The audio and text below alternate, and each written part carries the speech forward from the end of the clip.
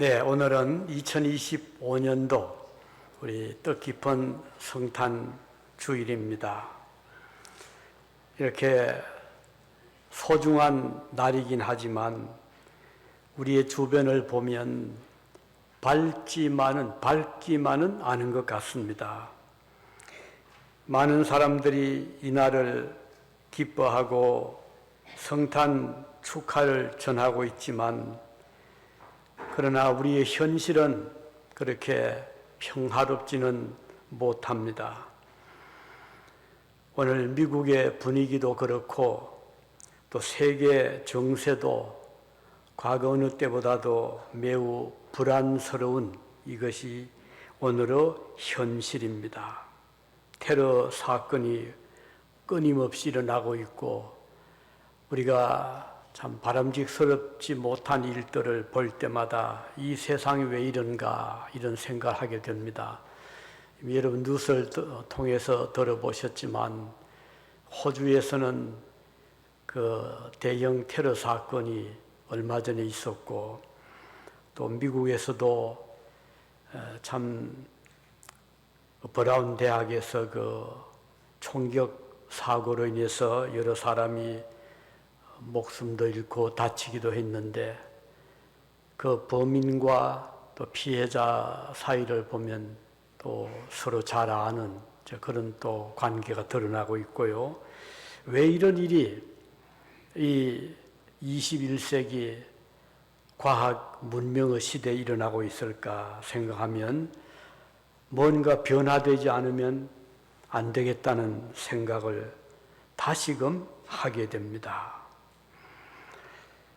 이런 때에 성탄절을 맞이하는 저희 마음속에는 평화에 대한 어느 때보다도 간절한 소망을 가지게 되죠.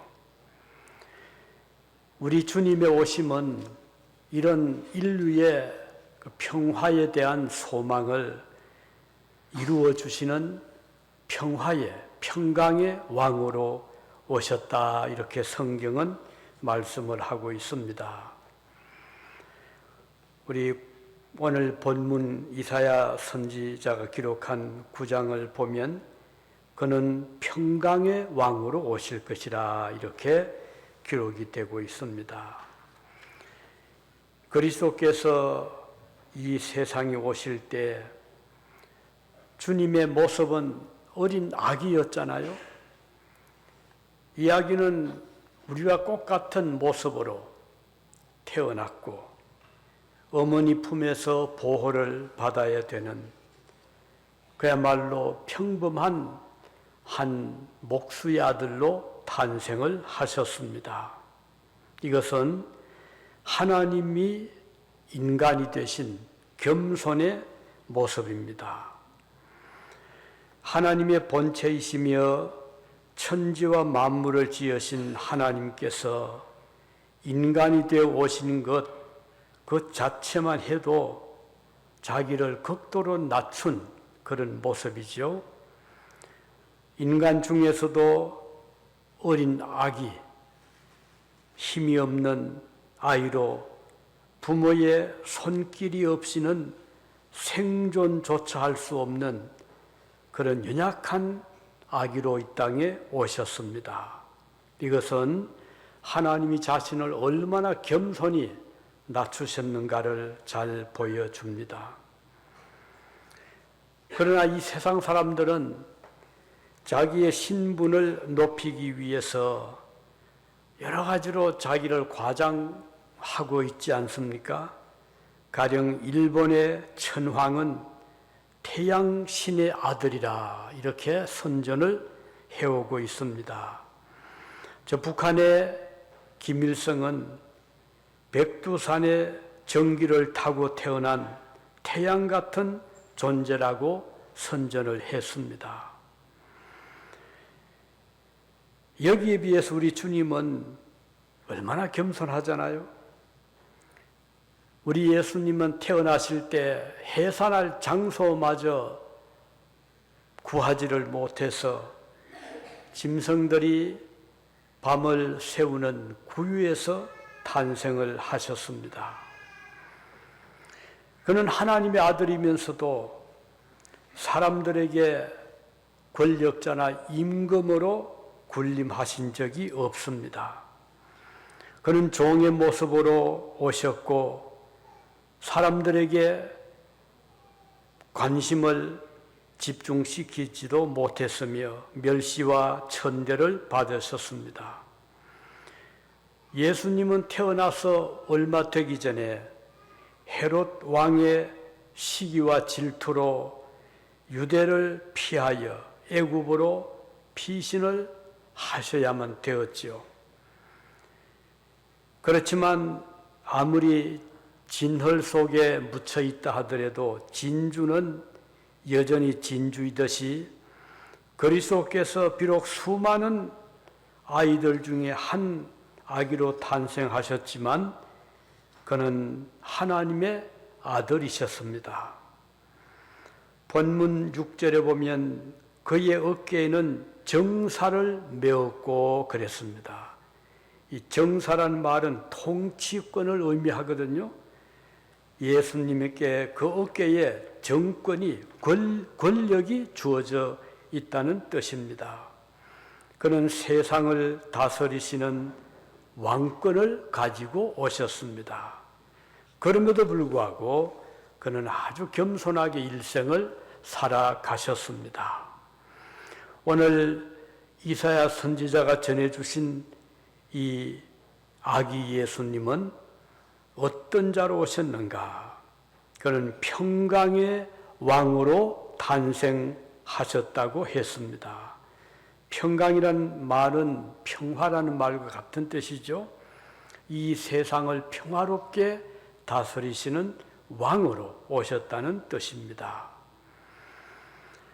우리 주님은 오늘도 이 세상을 다스리고 계십니다. 이게 우리에게는 큰 위로가 되고 소망입니다.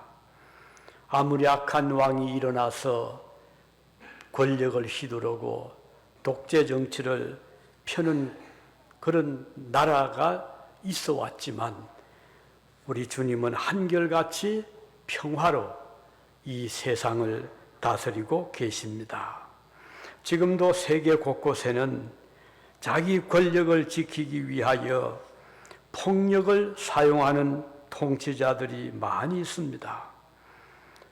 전쟁으로 인해서 오늘도 여러 나라가 고통을 받고 있고 백성들이 고생을 하고 있습니다.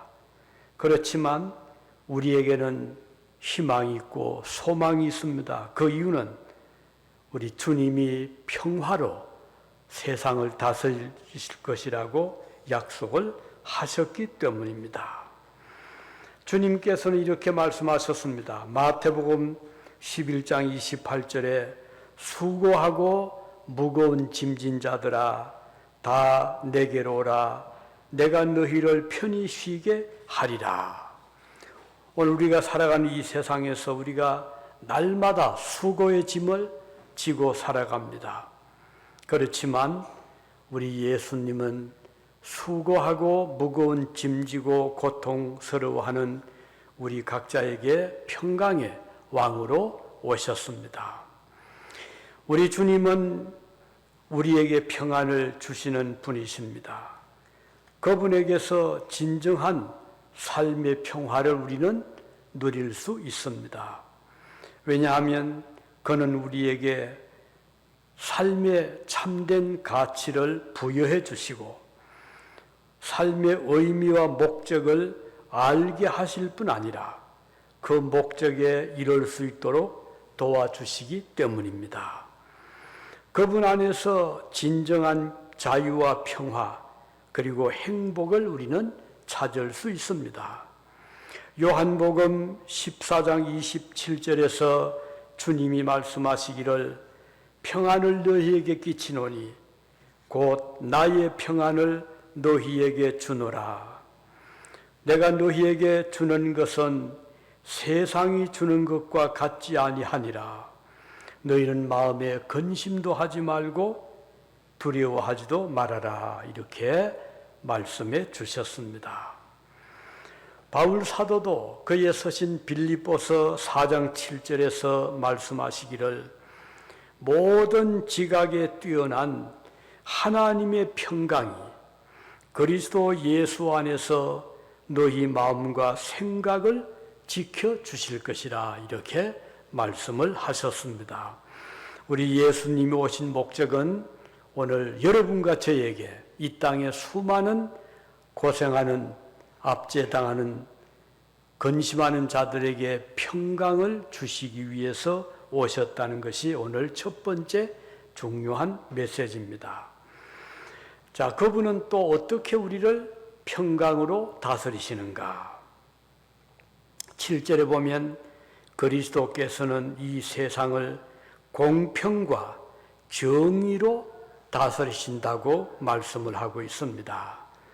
그 정사와 평강이 더함에 무궁하며 또 다윗의 위에 앉아서 그의 나라를 굳게 세우고 지금 이후로 영원토록 공평과 정의로 그것을 보존하실 것이라 그랬습니다. 공평과 정의는 공정한 세상을 만들어 주시겠다는 뜻이죠. 아무리 약하더라도 억울하게 당하지 아니하고 함께 살아가는 사회 정의를 의미합니다. 오늘 이 세상에서 자유민주주의가 좋다고 해도 많은 사람들이 공평하지 못한 억울한 일을 당하고 있습니다. 불의의 희생을 당하기도 합니다. 그러나 우리 주님이 살아계시는 한 우리 모든 사람들에게는 공평과 자유함이 함께 하는 것입니다. 오늘 이 미국이 자유민주국가를 이끌어가고 있지만 그럼에도 불구하고 얼마나 많은 문제들이 일어나고 있지 않습니까? 자유와 평화는 좋은데 이상인데 그 이상이 이루어지는 것은 쉽지 않습니다. 트럼프 대통령이 미국을 다시 위대하게 만들겠다 막아라고 하는 캐치프레이즈를 걸고 있지만 오늘 현실은 꼭 그렇게 되지는 못하고 있습니다. 온갖 스트레스를 받고 살아가잖아요. 그리고 얼마나 많은 부정과 불편함이 많은 세상입니다. 질병, 가난, 실패, 여러 가지 문제들이 끊임없이 우리에게 일어나고 있습니다. 그렇지만 우리는 희망이 있습니다. 우리 주님께서 공의와 정의로 다스려 주실 것이라고 약속을 하셨기 때문입니다. 38년 동안 일어서 보지 못한 태어날 때부터 병으로 고생하던 사람을 우리 주님께서 찾아가신 적이 있었잖아요. 베데스다 그 목가에서 그 물이 동할 때 물에 뛰어 들어가면 나을 것이라는 그런 어떤 희미한 희망을 가지고 있었지만 설령 그 물이 동한다 하더라도 이 사람이 그쯤 도달하기 못에 들어가기 전에 더 빠른 사람들이 들어갈 수가 있잖아요. 희망이 없었지만 다른 도리가 없으니까 38년 동안 고생하던 이 환자가 그날도 그냥 희망 없이 앉아 있었는데 우리 예수님이 그 못가를 찾아가시고 그 환자를 개인적으로 만나시고 네가 낫고자 하느냐 라고 하시면서 일어나 자리를 들고 걸어가라 라고 하셨습니다. 놀라운 일이 일어났죠. 그에게 큰 기적이 나타났습니다. 그는 힘을 얻고 자기 발로 일어서고 자리를 들고 걸어갈 수가 있었습니다. 이 사건을 통해서 우리 예수님은 절망에 빠진 사람, 희망이 없는 사람, 그 개인을 찾아주시고 일어나게 하시고 걷게 하시는 주님이심을 잘 보여줍니다. 오늘 저와 여러분들이 이 험난한 세상을 살아가면서 때로는 내일이 보이지 않잖아요. 희망이 없잖아요. 그렇지만 오늘 성탄절을 맞이하는 저와 여러분들에게는 우리 주님께서 약속하시기를 공평과 정의로 다스릴 것이라는 이 약속을 우리는 다시 한번 마음에 새길 수가 있습니다. 자, 그리고 마지막으로 우리 주님의 오심은 그리스도께서 그의 나라를 건설하시는데 이 일을 위해서 여호와의 열심으로 일하실 것이라 그랬습니다. 그러니까 자꾸 미루고 미적거리지 않고 하나님의 열심으로 이 일을 반드시 이루실 것이라는 뜻입니다. 소극적으로 일하지 아니하시고 아주 적극적인 열정을 가지시고 우리 주님은 우리들에게 이 주님 나라 건설을 위해서 열정을 다 쏟으실 것이라는 약속입니다. 우리 주님이 이 땅에 오신 목적이 바로 이것이었거든요. 그래서 이 목적을 위해서 예수님은 한시도 쉬지 않고 게으르지 아니하고 열정을 가지시고 주님은 이른 아침부터 밤늦도록 일해 오셨습니다. 아기로 태어나신 일부터 십자가에서 운명하시기까지 어느 한 순간도 주님은 의미 없이 살지 않으셨습니다. 하나님께서 우리를 위해서 인간의 모습을 입고 오신 것도 바로 그 중에 하나입니다. 그리고 우리 주님은 성장 과정에서 그리고 36쯤 되어서 공사역을 시작하실 때도 주님은 이 목적을 위해서 전력을 다하여 달려가 주셨습니다. 이사야서 37장 32절에 보면 이는 남은 자가 예루살렘에서 나오며 피하는 자가 시온산에서 나올 것임이라. 만군의 여호와의 열심히 이를 이루시리라. 여호와의 만군의 여호와 열심히 이를 이루어 주실 것이라고 말씀했습니다. 열왕기 상에도 보면 마찬가지로 19장 10절에 내가 만군의 하나님 여호와께 열심히 유별하오니, 이 선지자가 이렇게 말씀할 때 그것은 예수님의 열심을 우리에게 보여주시는 것입니다.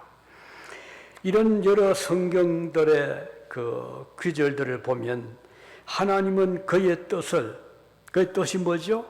우리를 구원하시기 위한, 우리를 죄에서 죽음에서 사탄의 권력에서 우리를 건져내 주시기 위해서 열정적으로 일해 주실 것을 말씀하시는 것입니다. 우리 하나님은 지금도 일하고 계십니다. 지금도 주님은 우리가 모르는 사이에도, 우리가 잠들어 있는 사이에도 하나님은 잠시도 쉬지 않고 우리를 구원하시기 위해서, 우리에게 은혜를 베풀어 주시기 위해서 쉬지 않고 일하고 계십니다. 다만 우리가 모를 뿐입니다. 우리가 의식하지 못할 뿐이지만 하나님은 우리가 모르든 의식하지 못하든 상관하지 않고 주야로 순간순간 우리를 구원하시기 위해서 역사하고 계시는 하나님이십니다. 자, 우리 하나님께서 이 세상에서 그럼 하신 일이 뭐가 있나요?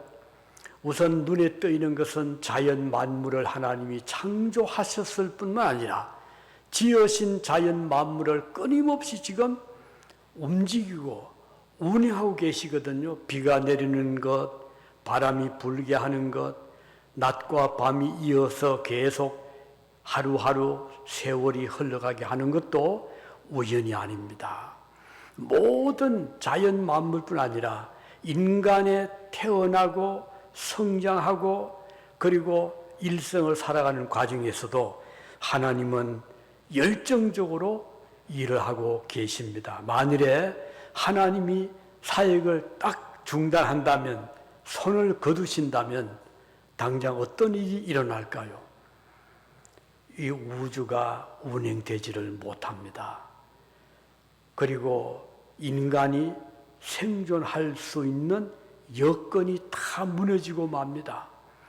만일에 이 지구라는 이 땅덩어리가 태양과의 거리가 조금만 멀어지거나 가까워지면 이 지구라는 세상은 얼음 덩어리가 되든가 아니면 뜨거운 불못이 되고 말 것입니다. 그 적당한 거리를 누가 유지시켜 줍니까?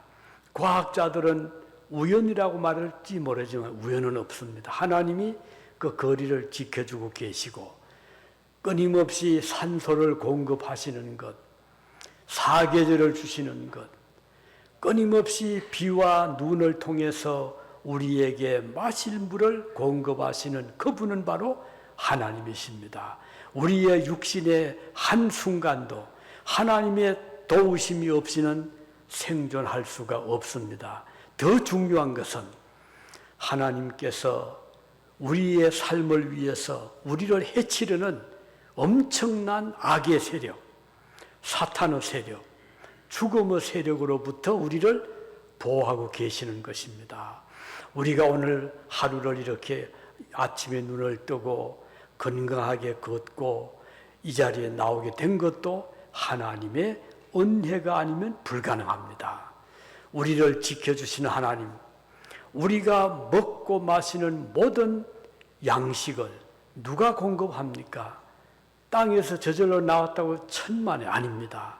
하나님께서 주시는 적당한 온도, 습도, 산소, 이 모든 것이 종합적으로 곡식을 열매를 맺게 합니다. 아이고, 저는 제가 지혜롭게 계획을 해서 이렇게 큰 프로젝트를 만들고 집을 짓고 사업을 합니다. 그것도 우리 힘만 가지고는 불가능합니다. 하나님이 오늘이라도 저와 여러분의 건강을 거두어 가신다면 우리가 어떻게 살 수가 있습니까?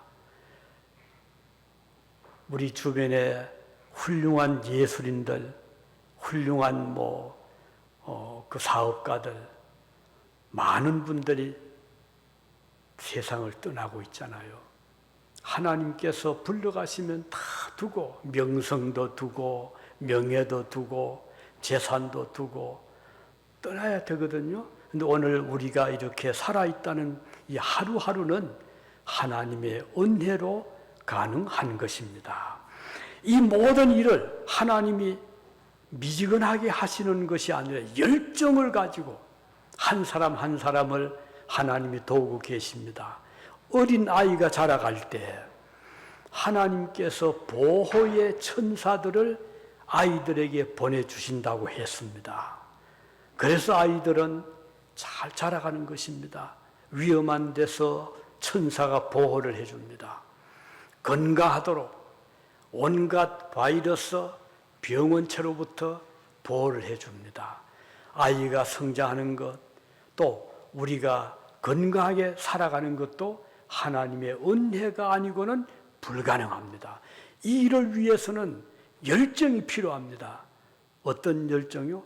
여호와의 열심입니다. 그래서 오늘도 저는 너무 감사한 마음이 제 마음을 사로잡고 있습니다. 하나님의 은혜로 오늘 내가 이렇게 하루를 사는구나. 오늘 성탄절을 맞이했구나. 함께 예배를 드리게 되었구나. 하나님의 은혜, 하나님의 열정이 계시기 때문에 오늘 저도 이 자리에 섰고 여러분께서도 이 자리에 함께 할 수가 있는 것입니다. 그래서 이것은 하나님의 약속입니다. 이번 성탄절을 맞이해서 평강의 왕 되신 예수님께서 우리에게 임재해서 이 세 가지, 하나는 평강으로 세상을 다스리신 하나님, 아무리 전쟁이 터지고 역사 온갖 악한 일들이 지금도 일어나고 있지만 그보다 더 강한 힘은 하나님의 평강입니다. 그래서 이것이 우리에게 소망이라는 것. 두 번째는 이 하나님께서 공평과 정의로, 그러니까 불법이 일어나긴 하지만 어느 순간 하나님이 막아주시거든요. 불의를 하나님이 막아주시기 때문에 이 세상은 그래도 이렇게 잘 지금 운행이 되고 있습니다. 좋은 분들이 많잖아요. 그런 분들을 대할 때마다 저는 그 분의 배후에 계시는 하나님을 바라볼 때가 많습니다. 친절한 그런 이웃을 만날 때, 그리고 위로의 말을 들을 때, 하나님께서 그를 통해서 이렇게 나에게 위로를 주시는구나, 이렇게 정의롭게 불의가 성하지 못하도록 하나님이 막아주시는구나. 그리고 이 일을 하나님이 하실 때 미지근하게 하시는 것이 아니고 열정적으로 그렇게 해서 오늘 이 역사가 이루어지고 저의 삶이 진행이 되고 여러분의 일생이 이루어진다는 사실을 오늘 다시 한번 말씀을 통해서 확인을 하게 됩니다. 이제 말씀했습니다. 하나님의 평강은 그 왕 대신 예수님이 이 땅에 오셔서 가능하게 되었다. 이 하나님의 평강의 통치는 공평과 정의로 이루어진다. 그리고 여호와의 열심으로 이 일이 이루어지기 때문에 반드시 이 일은 성취가 된다는 약속을 다시 한번 기억해 주시기를 바랍니다. 기도하시겠습니다.